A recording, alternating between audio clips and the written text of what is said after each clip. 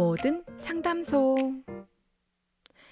정주행 매월 둘째, 넷째 금요일은 미래문화연구원의 이대현 원장님과 함께하는 모든 상담소 시간입니다. 제 옆에 지금 나와 계시네요. 안녕하세요. 네, 안녕하세요. 네, 반갑습니다. 반갑습니다. 목사님 약간 뭔가 바뀐 게 있는 것 같은데요. 안경이 바뀌었나요? 예, 안경 하도 오래돼가지고 예, 기스가 너무 많아가지고 바꿨어요. 아우, 잘 어울리세요. 고맙습니다. 네, 역시 좀 안목이 있으신 것 같아요. 아, 그냥 뭐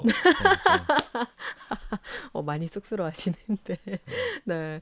이렇게 뭐 그런 안목도 있으시고 또 저희 질문들에 대해서도 아주 센스 있고 진솔하게 질문에 대한 대답을 많이 해주셔가지고 네, 모든 상담소에 대한 관심이 나날이 커져가고 있습니다. 예, 뭐 저는 알 수 없지만 어쨌든 뭐 그렇다니까 저는 그렇게 믿겠습니다.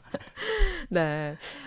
근데 이제 여름을 맞아서 이제 조금 빠른 곳들은 이제 성경학교를 벌써 시작하는 곳도 있고요. 네, 또 이제 앞서서 이제 코로나 시대에 아무것도 안 할 순 없다라는 생각, 음, 그리고 음, 어느 정도 이제 방역 지침을 지키면서 음, 할 수 있다라는 생각이 들어서 음, 많은 교회에서 이제 수련회들을 많이 준비를 하고 있는 걸로 알고 있어요. 음, 그래서 오늘의 질문도 약간 그런 질문이에요. 음, 질문 드릴게요. 이제 곧 수련회 시즌입니다. 그래서 수련회에 가면은 꼭 큰 소리로 기도하게 하는데요. 저는 조용히 기도하는 게 좋아요. 음, 참 고민이 되는데요. 어떻게 하는 게 좋은 걸까요? 음, 이런 질문이 왔어요. 음. 아마도 이 침묵 기도와 통성 기도에 대한 것에 대한 좀 궁금한 점이 있는 학생인 것 같아요. 네. 학생이 질문했구나. 그 학생 질문이면 제가 이제 학생의 얘기를 먼저 시작할게요. 네. 제 아이의 얘기였습니다. 몇 년 전이죠. 이제 지금은 고등학교를 졸업했는데 몇 년 전에 이제 중고등부에 있을 때 어, 지금 시즌이죠. 이제 수련회 가야 될 시즌인데 자기 어머니하고 그러니까 제 와이프하고 걔 아이하고 갈등을 하고 있더라고요. 음, 근데 이제 와이프가 이제 자기 능력으로 안 되는지 저한테 온 거예요. 그래서 와서 한 얘기가 씩씩거리면서 한 얘기가 얘가 수련회 가야 되는데 수련회 안 가겠다 한다고. 음, 예, 그래서 내가 왜 그러니까 하여간 뭐 얘기를 해보는데 안 가겠다 그러고 자기 보내려고 그러고 당연히 수련회 가야 되는 거 아니냐고 그렇게 얘기를 하길래 그러냐고 내가 얘기해 보겠다고 해서 이렇게 불렀어요. 불러서 뭐 수련회 안 간다며 그러니까 아빠 좀 수련회 가고 싶지 않아요 그러는 거예요. 음, 그래서 왜? 그러니까 자기 딴에는 얘기를 하는 거예요. 수련회 가면은 저녁 시간에 집회를 많이 하는데 보통 한 3시간씩 하고 그러는데요. 난 무슨 그렇죠. 중고등부 집회를 3시간씩 하는지 모르겠는데 하여튼 한대. 그런데 이제 전반부에는 뭐 이렇게 찬양하고 뭐 이렇게 말씀 듣고 그러는데 후반부에 막 기도하고 막 그러는데 얘 말이에요, 얘 말. 그러니까 뭐 어느 정도 신뢰성이 있는지는 본인의 입장이기 때문에 뭐 100% 그렇다고 볼 수는 없겠지만 자기가 느낀 거죠. 어떻게 느꼈냐면 자기가 평상시 때 그 친구들 다 알잖아요. 음, 근데 수련회 와서 뭐 보면 막 이렇게 분위기 속에서 기도하고 울면서 막 회개하고 막 기도하는데 자기는 일단 그게 낯설다는 거예요. 어. 평소에 그렇지 않은 친구들이 평상시 그런, 때 안 하다가 꼭 그 수련회만 가면 그런 분위기가 연출이 되고 그렇게 하는 애들이 딱 그때뿐이라는 거예요. 그리고 음, 난 다음에 자기가 기도하고 회개하고 똑같다는 거예요. 음, 그게 무슨 의미가 있냐는 거죠. 그냥 가만히 듣다 보니까 아이 항변이 그리고 자기는 그 분위기가 너무 싫다는 거예요. 음, 항변이 마음에 그러니까 제 마음에 드는 게 아니라 자기 입장에서는 이게 논리적이야. 음. 그래서 제가 그래? 그러면 가지 마. 오, 그래서 손에 안 가는 걸 허락을 했어요. 그러니까 자기 어머 난리가 나지. 난리가 음, 어떻게 목사가 저런 소리를 하냐고. 나하고 나한테 직접적으로 말은 못 하지만 얼굴에 이제 불만이 꽉 차 있죠. 근데 놔두라고. 그래서 안 갔어요. 그 다음에 행가도 또 그 똑같은 구실이 되길래 제가 불러서 얘기했어요.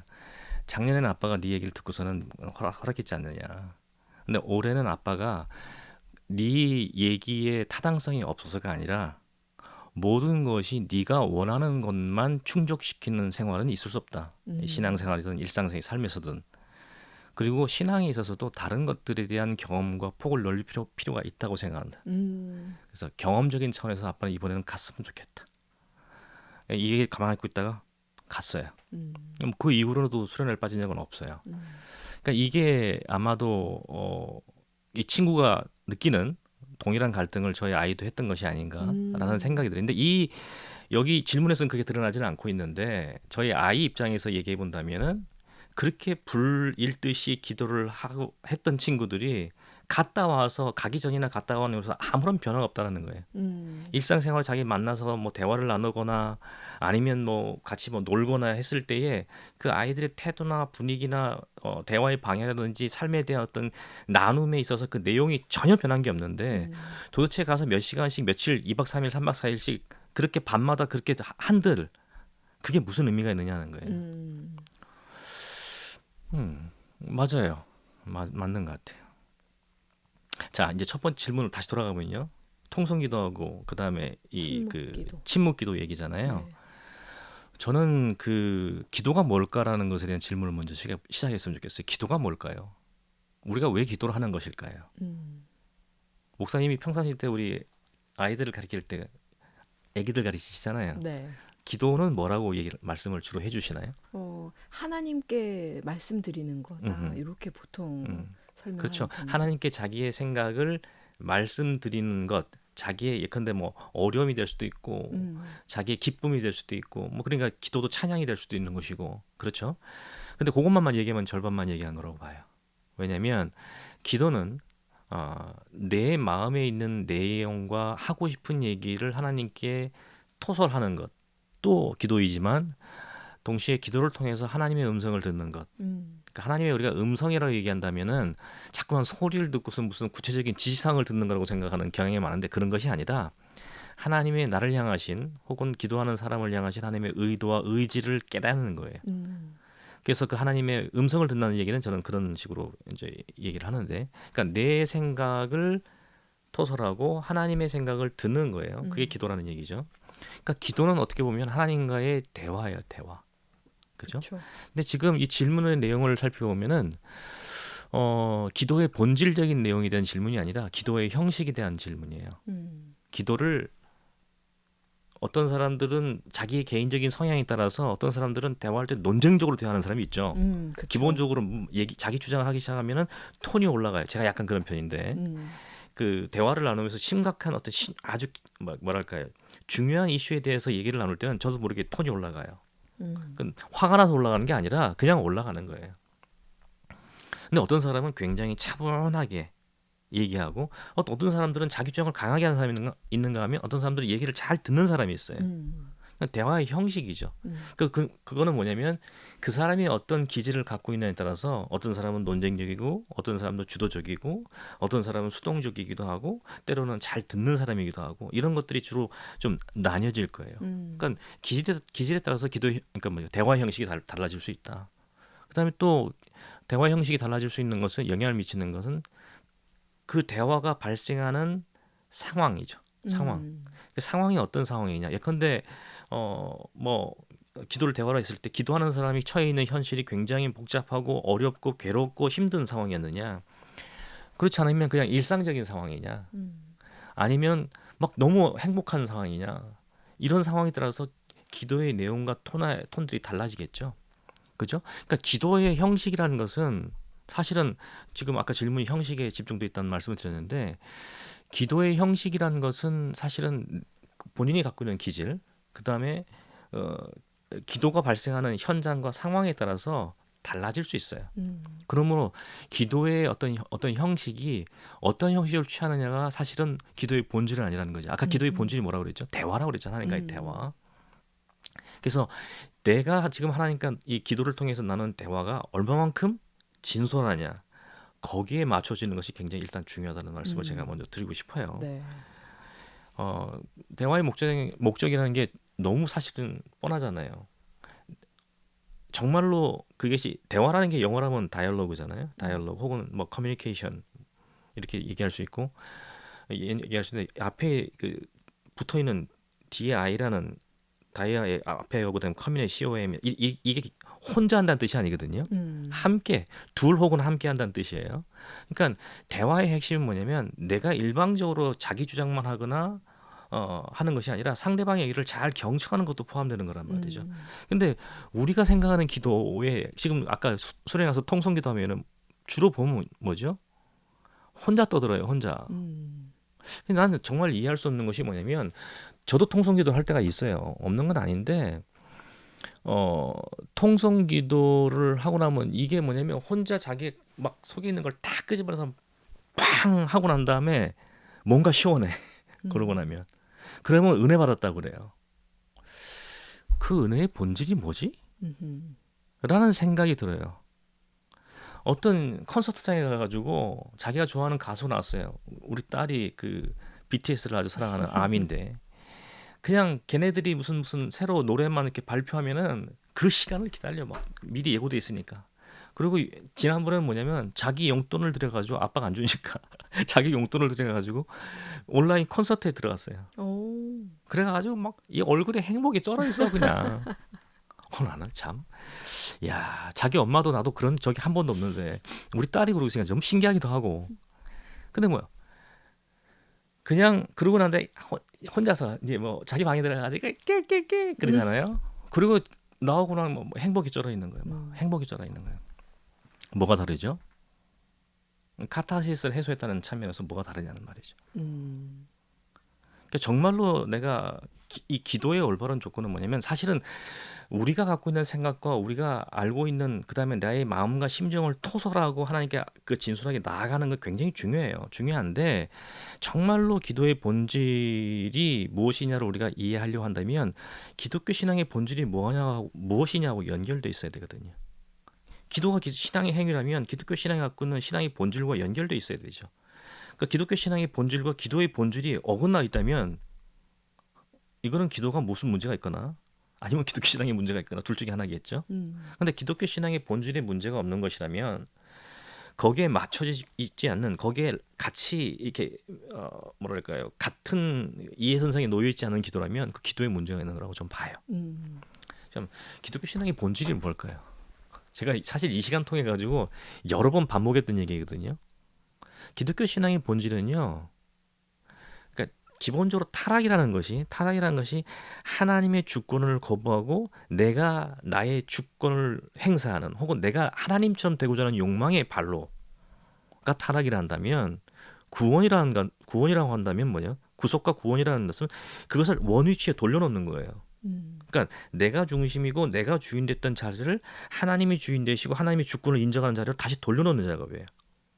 근데 수차례 말씀드렸지만 우리는 이미 구원받았지만 아직 구원이 완성된 존재들이 아니잖아요. 음. 그래서 이미와 아직이라는 말을 많이 우리 사용하는데 네. 그렇기 때문에 우리는 여전히 죄의 영향 가운데 있어요. 그래서 우리가 죄에 노출돼 있고 우리가 죄를 짓기도 하고 또 죄의 영향을 받기도 해요. 그래서 우리는 온전한 자들이 아니에요. 아직은 온전한 자들이 아니란 얘기죠. 그런 의미에서 우리가 그런 우리 현재를 갖다가 신앙생활이라는 구원을 이루어간다, 신앙생활을 이루어간다는 얘기는 그러한 우리 중심의 사도 바울은 그걸 옛사람에 속한 자기라고 표현을 했거든요. 그러니까 새 사람에 속한 자기, 옛사람에 속한 자기를 얘기를 했는데 옛사람에 속한 자기를 부인하고 하나님의 주권 아래 되는 자기 새 사람, 그러니까 새롭게 회복된 자로서 회복되어가는 이 삶을 살아가는 것이 기독교 신앙의 가장 본질이란 말이에요. 그러니까 내 중심에서 하나님 중심으로의 이동, 이게 기독교 신앙의 본질이란다면 기도의 본질도 같은 맥락에서 이루어져야 되겠죠. 아까도 말씀드렸지만 기도가 우리의 심정과 우리의 기쁨과 우리의 슬픔과 우리의 고통과 우리의 환난을 갖다가 하나님 앞에 긁고 가서 막 토설해내고 울고 하는 것도 정말 기도의 중요한 요소예요. 하나님은 그러길 원하세요. 우리가 혼자 끙끙 앓기를 원하지 않으세요. 아버지 되시고 왕 되신 하나님 앞에 나와서 우리를 그냥 토설해내기를 하나님께서는 기뻐하세요. 근데 왜 토설하라고 하시느냐? 하나님이 우리가 막 토설하면 하나님 기분 좋아지실까 봐. 하나님이 상담사가 직업인데 예수 믿는 사람들이 와서 상담을 하려고 막 토설을 해야지 하나님 위로해 주실 수 있으니까 그거라기보다는요. 뭐 그런 것들 요소가 전혀 없다라고 볼 수는 없겠지만은 가장 본질적인 것은 기도를 통해서 하나님께서 나를 향하신 기도자를 향하신 하나님의 의지와 의도가 무엇인지를 깨닫게 하세요. 깨닫게 하시는 거죠. 그래서 어떤 의미에서는 기도라는 것은 엄격한 의미에서 내 속을 털어놓는 것에 중점이 있는 것이 아니라 하나님의 의도와 의지를 알고자 하는 것에 맞춰져 있어요. 그쵸. 그래서 기도는요. 우리가 기도할 때 어떻게 기도하죠? 맨 마지막에 예수님의 이름으로 기도합니다 그러잖아요. 그러니까 예수의 이름으로 우리가 하나님께 아뢰는 거죠. 동시에 뭐죠? 우리가 기도할 때 성령의 인도하심으로 한다 그러잖아요. 음.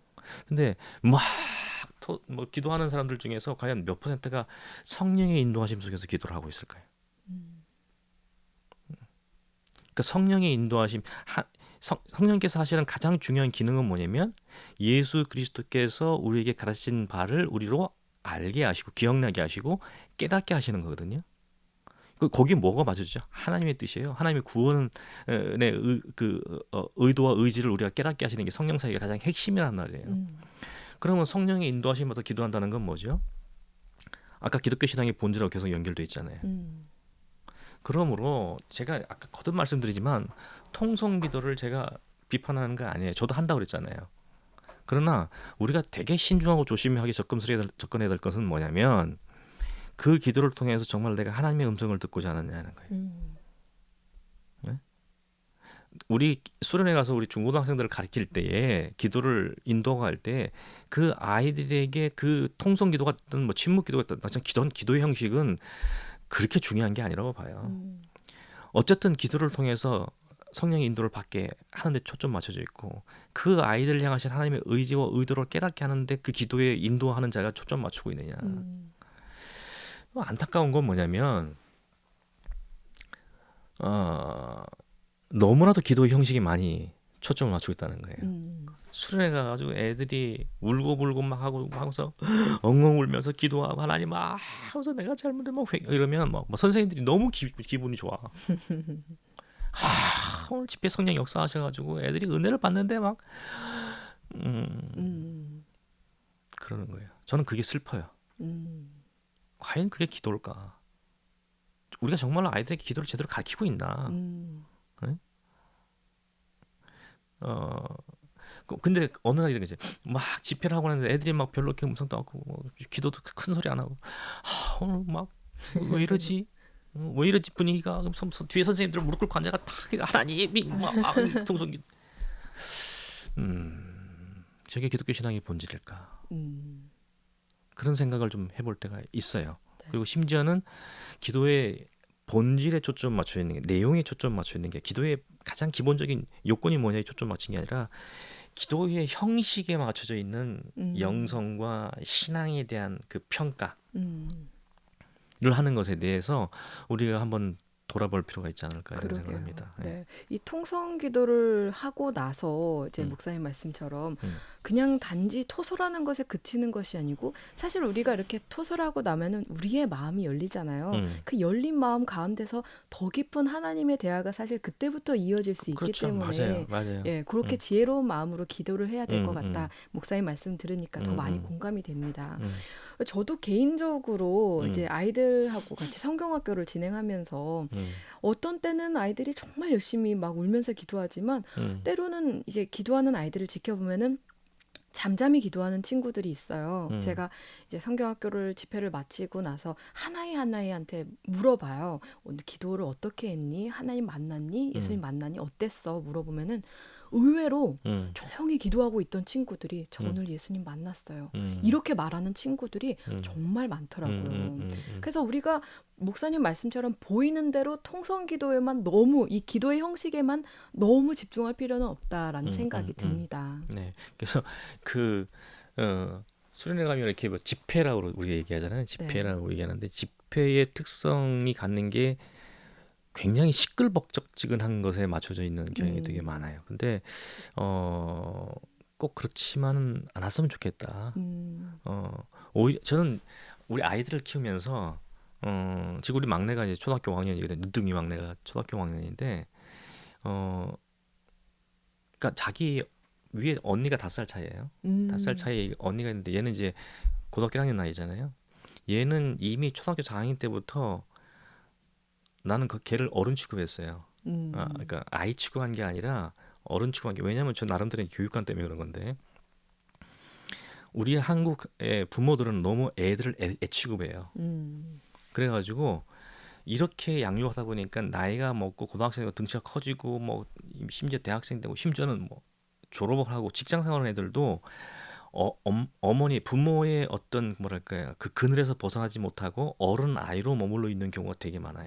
그쵸.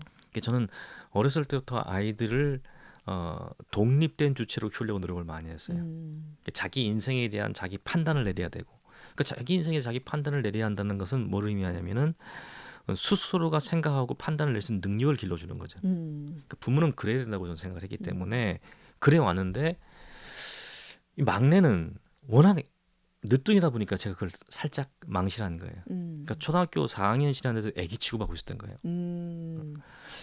그래서 어느 날 그렇게 퍼뜩 들어가지고, 그래서 애기 취급한다는 건 뭐죠? 애기들은 판단 능력이 별로 없잖아요. 음. 그러니까 모든 걸 어른들이 책임지고 판단을 내려줘야 돼. 옳고 그른 것을 가르쳐 줘야 되고. 근데 4학년짜리를 그렇게 취급하고 있었다는 거예요. 내가. 음. 그래 어느 날 머리가 퍼뜩 생각이 드는 거예요. 내가 애를 애로 만들고 있구나. 음. 애를 성장시키고 있지 않고. 그래서 제가 그 아이를 데리고 이제 어떤 사안에 대해서 질문을 하고 대화를 유도했어요. 그런데 깜짝 놀란 건 뭐냐? 그때까지만 해도 어린아이 취급하고 있던 내가, 얘가 이성적으로 논리적으로 그걸 다 이해하고 알아듣고 자기 생각을 얘기하더라는 거예요. 음. 물론 지금은 5학년이지만 4학년 때만 해도. 그것을 보면서 제가 무슨 생각을 했냐면, 우리가 학생 그 뭐더라, 그러니까 교회에서 아이들을 가르치고 신앙을 양육할 때에 어떤 영적이라는 것의 태도를 갖다가 자꾸만 어떤 우리가 일상에서 경험하지 않는 방식의 어떤 범주로 들어가는 것으로 생각하는 경향이 많아요. 음. 저는 근본적으로 이 문제는 우리가 신앙에 대한 이원론적인 착각에서 오는 거라고 생각해요. 이 이원론은 아주 쉽게 말씀드리면 뭐냐면, 영과 육을 영역으로 구분하는 거예요. 영역으로. 음. 그래서 어떤 특정한 영역이나 어떤 특정한 어떤 방식은 영적인 것이고 그 외에 다른 것들은 육적인 것으로 취급하는 거예요. 그래서 영성을 키운다는 것은, 영적이라는 것은 그 영역으로 들어가거나 혹은 그쪽 방향으로 가는 것으로 생각하는 경향이 많다는 거죠. 근데 그건 이원론적인 이해고, 실제로 성경적인 이면에서 영과 유구에 대한 이해는 뭐냐면, 내가 하나님을 향하고 있느냐 지향하고 있느냐 아니냐예요. 음. 물리적인 영역 구분이나 어떤 방식의 구분이 아니라, 내가 지금 현재 무엇을 하고 있든지 간에 그 자리에서 하나님을 바라보고 있느냐는 거예요. 하나님의 뜻에 내가 순종하고 있느냐, 그러니까 하나님을 향하여 구별되어 있느냐, 음. 이게 거룩이고 이게 영적인 거예요. 내가 흔히 말하는 영적인 것을, 이렇게 소위 말하는 뭐 목회자가 됐던 어떤 뭐 열심히 기도하는 사람이 그쪽의 범주에 들어갔다 할지라도, 내가 지금 당장의 삶의 현실 속에서 하나님을 지향하고 있지 않다면 그건 육적인 거라는 거예요. 음. 그러니까 그런 방식으로 아이들을 우리가 가르치고 있지 않다라는 거예요. 그러다 보니까 수련회에서 아까 말씀드렸듯이 뭐죠? 우리가 생각하는 영적인 부분에 어떤 그런 것들이 일어나지 않으면 선생님들이 뭐 어쩔 줄 몰라. 오늘 이 음. 하나님 역사하셔야 되는데 역사가 안 되고 있다. 아니에요. 저는 오히려 수련회 분위기를, 지금 중고등학생이라고 했잖아요. 논리적인 사고가 가능한 애들이에요. 음. 그리고 오히려 강요하기보다는 설득할 때 훨씬 더 잘 들어요. 음. 진지하게 대화를 나누고, 저는 우리 아이들한테 그러니까 우리 지금 학교에서 내가 학생들을 가르칠 때도 마찬가지고, 어 제가 이제 학부부터 박사과정 학생까지 다 지도를 하는데, 학부학생들한테도 질문을 많이 하고 박사과정 학생들한테도 질문을 많이 합니다. 우리 집에서 아이들한테도 질문을 많이 해요. 무조건 해, 아니야, 이것이 옳아 글러, 이게 아니라 이거에 대해서 어떻게 생각하냐고 아이들의 생각을 물어요. 그럼 자기 생각을 막 풀어내잖아요. 그럼 풀어내면 제가 그 얘기를 들으면서 궁금한 부분들이 생겨요. 제 입장에서. 그럼 그 궁금한 점들을 질문을 다시 해요. 그럼 자기 생각이 막 풀어내다가 어느 한순간 턱 막혀요. 논리적으로. 음. 논리적으로 막히면 막힌 부분을 제 지식과 제 이 경험을 가지고 설명을 해요. 음. 그러면 그렇게 되는구나라는 생각을 하게 되는 거죠. 무슨 말이냐면, 그 전에는 어른들이 말하는 것에 대한 거부감, 음. 반항심이 있던 애들이 대화를 통해서 하나씩 하나씩 설득하고 하나씩 하나씩 대화를 나누다 보면 자기 스스로 그게 맞네요라는 말을 한다는 거예요. 음. 그래서 신앙도 마찬가지라고 해요. 왜 기독교인들이, 저는 그런 말을 많이 하거든요. 기독교인들이 자꾸만 신앙의 영역과 영적인 영역을 그런 식으로만 추구하다 보니까 어떤 실수가 벌어지냐면은, 예수 믿지 않는 사람들이 혹은 예수 믿는 사람들이라도 신앙이 어린 사람들이 신앙이라 질문을 해올 때 신앙이 앞선다 답을 못 해요. 음. 질문하는데 답을 못 해. 이제 이 답을 한다는 답이 뭐냐면, 기도하시고 말씀 묵상하세요. 대부분이 이걸로 다 통일돼요. 음. 왜? 자기도 설명을 할 수 없는 거예요. 그리고 뭐라고 항상 얘기하냐면, 믿으면 되지 그걸 자꾸 의심하면 안 돼. 라고 얘기를 해요. 아니요. 저는 죄송한 말이지만 제 수업을 듣는 학생들한테 뭐라고 얘기하냐면 네가 가진 신앙에 대해서 적극적으로 의심하라고 그래요. 음. 전 적극적으로 의심하라고 그러거든요. 네가 가진 신앙에 대해서 설명할 수 없으면서 어떻게 남들 보고 예수를 믿으라 얘기하느냐 말이에요. 자기 속에서 의문이 나오는데 그걸 어떻게 믿으라고 얘기하냐 말이죠. 적극적으로 의문을 가져야 되고 질문해야 된다. 그리고 그거 문제를 해결하기 위해서 최선을 다해라. 음. 그런데 그거를 해결하기 위해서 정말 기도해야 되고 음. 정말 기도해야 되고 정말 말씀을 공부하고 연구하고 그 다음에 모르면 질문해야 돼요. 신앙의 선배들이나 혹은 교육자들이나 뭐 목회자들한테 질문해야 되는데 음. 한결같이 듣는 얘기는 뭐냐면은 그 믿으라는 얘기예요. 음. 그 의심은 그건 성령께서 주시는 게 아니라고 얘기를 해. 그 믿음은 그런 의심은 이게 사단의 유혹이니까 그냥 이건 무조건 믿고 나가면 된다 그래요. 그러니까 뭐죠? 그 신앙은 맹목적인 신앙이 되는 거예요. 맹목적인 음. 신앙. 그러니까 자기도 모르는 것을 믿는 거예요. 음. 저는 이게 좀 약간 어이가 없다고 생각이 들거든요. 저는 지금도 저는 제가 제 속에서 뭐랄까요 어떤 의문이 올라오거나 의심이 올라오면 저는 그걸 해결하기 위해서 있는 힘을 다해요. 음. 근데 너무 감사한 건 뭐냐면 저는 지금 평생을 그러니까 제가 이제 그 학부 때부터 지금까지 공부를 해온 게 이제 34년째고 제 전공만 지금 선유학이라는 전공만 21년째 하고 있거든요. 음. 제가 공부하는 방식이 뭐냐면 제가 갖고 있는 그 신학의 논리 혹은 신앙의 논리 속에서 그 허점이 나오는 거. 그러니까 제가 아니라 남들이 봤을 때 질문이 딱 들어왔을 때 그 질문 답이 못하면은 넘어가질 않아요. 음. 그걸 해결해야 돼. 이제 그런 식으로 그러니까 어떻게 보면 적극적인 의심과 적극적인 의문을 제기하는 건데 제가 갖고 있는 음. 신학과 신앙의 체계에 대해서 남들이 아니라 내가 먼저. 근데 정말 지금까지 감사한 거 뭐냐면 제가 하나님 말씀은 진리입니다라고 내가 고백할 수밖에 없는 게 뭐냐면 제가 제기했던 질문과 의문에 대해서 한 번도 충족받지 못한 적이 없어요. 음. 단 한 번도. 음. 제가 이런 말을 합니다. 기독교 신앙은 98%는 논리적으로 설명이 가능합니다. 98%는 기독교 신앙은 논리적인 설명이 가능해요. 설득력을 가질 수가 있어요. 음. 2%는 안 돼. 음. 왜? 이건 논리의 영역이 아니기 때문에. 음. 인간 이해할 수 있는 영역이 아니에요. 근데 그 2%가 없으면 기독교 신앙이 아닌 거예요. 음. 98%만 있다고 기독교 신앙인 게 아니죠. 음. 그러나 적어도 98%의 설명할 수 있는 부분이 있기 때문에 그리스도인은 그 98%의 신앙을 설명할 수 있는 준비가 되어 있다는 거예요. 어느 때든지 누가 네 신앙에 질문하거든 성경이 뭐라고 그래요? 겸손하게 대답할 수 있어야 된다 그러잖아요. 대답할 것을 준비하고 있어야 된다 그러잖아요. 근데 과연 우리가 그러고 있나요? 우리가 학생들 신앙 교육할 때 과연 아이들이 제기하는 질문에서 우리가 답변하고 아니 너무 믿어라고 말만 하기 때문에 더 이상 질문도 안 해. 말해봐야 답이 뻔할 테니까. 그런 아이들이 과연 그래서 그 결과가 뭔지 아십니까? 고등학생을 졸업하는 대학에 올라가면 신앙을 떠나는 확률이 90%예요. 교회 공동체를 떠나는 확률이 90%라는 거예요. 그 왜 그러냐고 왜 그럴까에 대한 안타까움만 가지고 그 퍼센테이지를 줄이는 데만 애쓰지 말고요. 본질적으로 왜 그런 현상이 발생하고 있는지에 대해 좀 주목을 했으면 좋겠다는 거예요. 기도도 마찬가지예요.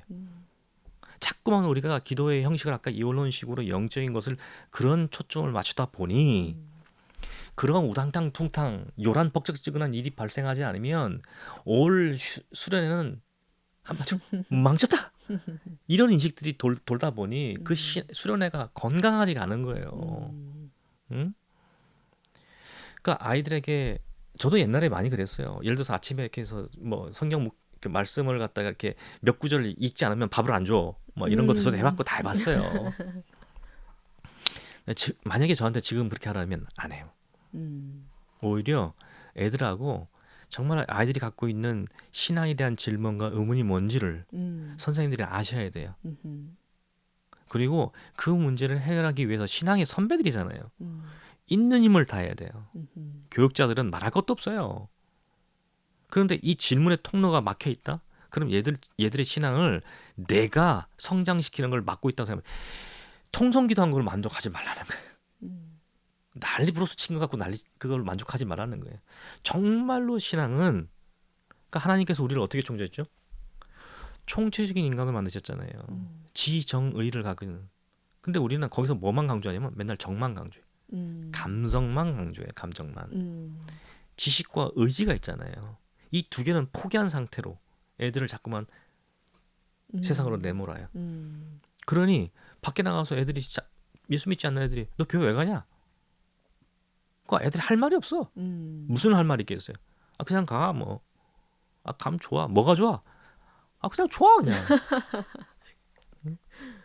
그럼 뭐를 갖고 전도를 하고 뭐 갖고선 복음을 증거할 거냐는 말이죠. 음, 그러니까 오늘은 기도에 대한 질문에 대해서 제가 조금 더 이렇게 벗어난 얘기를 했긴 하지만 이게 뭐냐면 신앙의 본질과 기도의 본질은 다르지 않기 때문에 그래요. 음, 그래서 좀 올해 우리 저기 저 수련을 준비하시는 우리 선생님들은 또 이번에 가서 또 한 판에 한타 하고 돌아가겠다 이런 생각보다는 음, 좀 더 그 좀 컨셉을 바꿨으면 좋겠어요. 왜냐하면 지금은 우리가 교회에서 뭐지 그 부흥회란 말을 쓰잖아요. 네, 부흥회.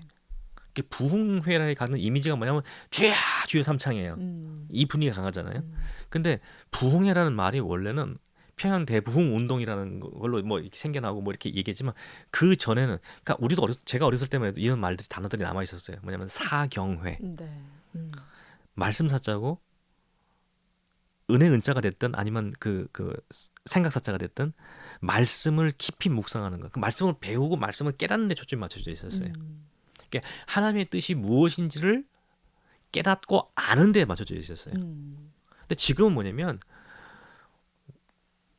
뜨거움에 맞춰져 있어요. 음, 그러니까 저는 이것을 저는 한국 기독교가 갖고 있는 가장 중요한 신앙의 유산 중에 제일 중요한 유산 중 하나가 그냥 성경 중심의 신앙이라고 생각하거든요. 말씀 중심의 신앙이죠. 이것들을 과연 한국 교회가 지금 유지하고 있나?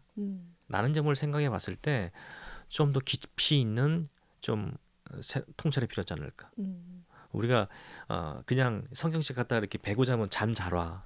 이런 식으로 성경을 취급할 것이 아니고 뭔가 하나님의 은혜가 있는 것 같아.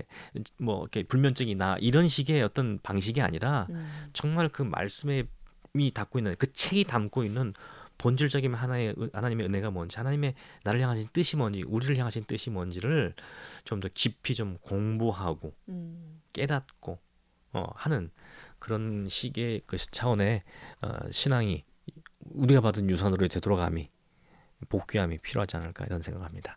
네. 이 통성 기도와 침묵 기도에 대한 이야기 참 많이 남겨주셨는데요. 저는 개인적으로 근데 이 통성 기도에 대해서 좀 특히 우리나라 사람들 성향이 음, 좀 이렇게 뜨거운 성향들이 많이 있잖아요. 음, 저는 그래서 우리나라에서 이 특히 통성 기도를 강조하는 게 아닌가라는 생각이 들어요. 그래서 일단은 뜨겁게 통성 기도를 토설을 하고 마음을 활짝 연 다음에 가장 중요한 건 목사님 말씀처럼 이후에 침묵 기도든 뭐든 하나님의 음성을 듣는 것을 추가하는 것이 가장 우리가 기도하는 게 바른 방법이 아닌가, 좀 옳은 방법이 아닌가라는 생각도 그러니까 들어요. 아까 제가 초도에 말씀드렸지 기도는 사람의 자기 성향과 상황에 따라서 음, 달라질 수 있어요. 그쵸. 형식은요 달라질 수 있는데 지금 말씀하신 것처럼 우리가 뜨겁게 토설하고 난 다음에 그 다음에 하나님 말씀을 깊이 묵상하고 하는 그렇게만 이어진다면 얼마나 좋겠어요. 근데 우리가 그쵸. 주일날 예배 마치고 다 같이 통성으로 기도하겠습니다. 하고 난 다음에 막 기도하는 갑자기 옛날 얘기인가 좀 종. 위에서 종 땡채가 순식간에 쫙 조용해져요. 나는 그걸 그러니까 나도 이 한국에서 신앙생활하고 계속 자란 사람이면 난 그게 늘 신기했어. 음, 지금도 신기해요. 어떻게 저게 가능하지? 갑자기 샥. 그러니까 과연 그 안에서 하나님의 음성을 들을 수 있을까? 음, 우리가 말씀을 생각하며 통성을 기도합시다 이렇게 얘기하거든요. 음, 근데 말씀 생각하면서 기도하는 사람이 과연 얼마나 될까요? 음, 과거에는 좀 있었을 거라고 생각해요. 근데 이게 습관화되거든 사람들이요. 그러니까 그 통성 기도에 그러니까 말씀을 생각하여의 초점이 아니라 통성 기도에 초점이 맞춰지면요. 음, 어느 순간 자기에게 막 그쵸. 그래서 말씀과 상관없는 자기. 음, 그러니까 이런 것들에 대해서 우리 인간이거든요. 사람이에요. 본질적으로 사람이기 때문에 우리 사람에 대한 이해가 되게 필요하지 않을까. 음. 그러면서 이제 우리 신앙 교육에 대한 것도 좀 깊이 있게 좀 생각하면 좋겠다. 그런 생각이 네. 듭니다. 본인의 성향에 따라서 대화하는 방식이 다르듯이 음, 하나님과 어떤 방법으로 대화하는 게 더 좋을까를 음, 음. 본인의 기도 스타일을 또 깨닫고 그럼요. 그렇게 네. 기도하는 것도 참 네. 중요할 것 같아요. 뭐 본질적으로 굉장히 내성적인 사람인데 막 통성으로 어, 기도해. 그거 할 줄 모른다고 그래가지고 그거 자기 안 된다고 그래가 자기 신앙 없다고 생각하는 사람 되게 많아요. 어, 목사님 왜 그러시죠? 그런 사람 못 보셨어요? 저는 어. 종종 봐요. 그럼 음.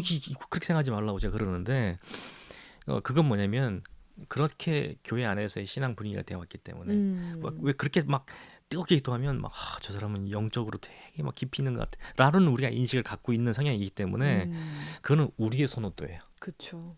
하나님의 선호도라고 보기 힘들어요. 음. 그래서 우리는 그것을 좀 좀 갈 필요가 있겠다 이런 생각이 들고 있어요. 네, 감사합니다. 네. 요번 수련회를 준비하시는 선생님들이 아 하고 아마 무릎을 탁 치면서 아이들에 대해서 조금 더 기도하면서 다른 방향들을 모색해야겠다라고 고민하시지 않을까라는 생각이 음, 듭니다. 네, 오늘 이렇게 수련회 가서 통성기도 어떻게 해야 되나요? 라는 학생의 질문에 음. 귀한 답변 주셔서 감사드립니다. 네, 고맙습니다. 다음 시간에도 은혜로운 시간, 또 깊이 있는 신앙의 이야기들 많이 기대하도록 하겠습니다. 네, 고맙습니다. 네, 지금까지 미래문화연구원의 이대현 원장님과 함께했습니다.